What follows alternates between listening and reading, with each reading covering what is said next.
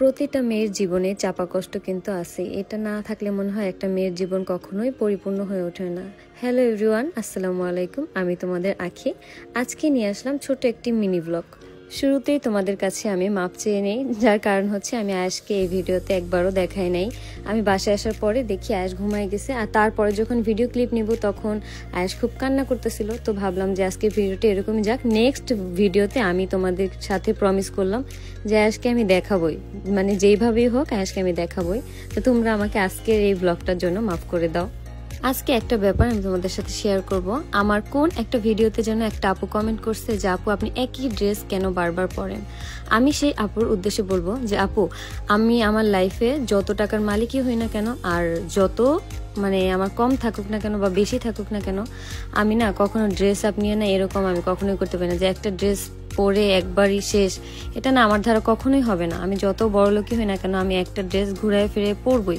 এটা যদি তোমরা ভবিষ্যতে মানে আমার সাথে থাকো, আমাকে দেখতে থাকো, তখনও এই জিনিসটা খেয়াল করলে তোমরা দেখতে পারবা।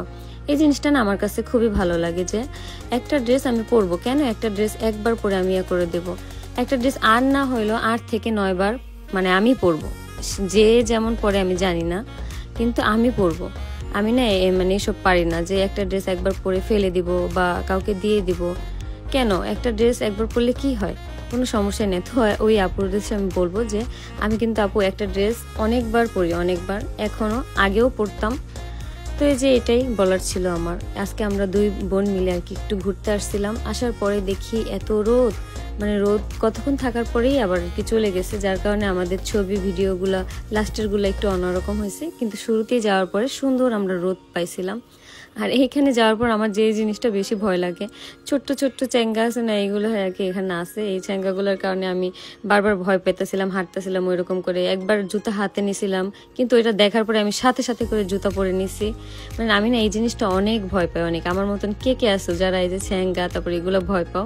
আর সাথে কিন্তু তোমাদেরকে একটা কুটু কাঠবিড়ালিও দেখাই দিলাম।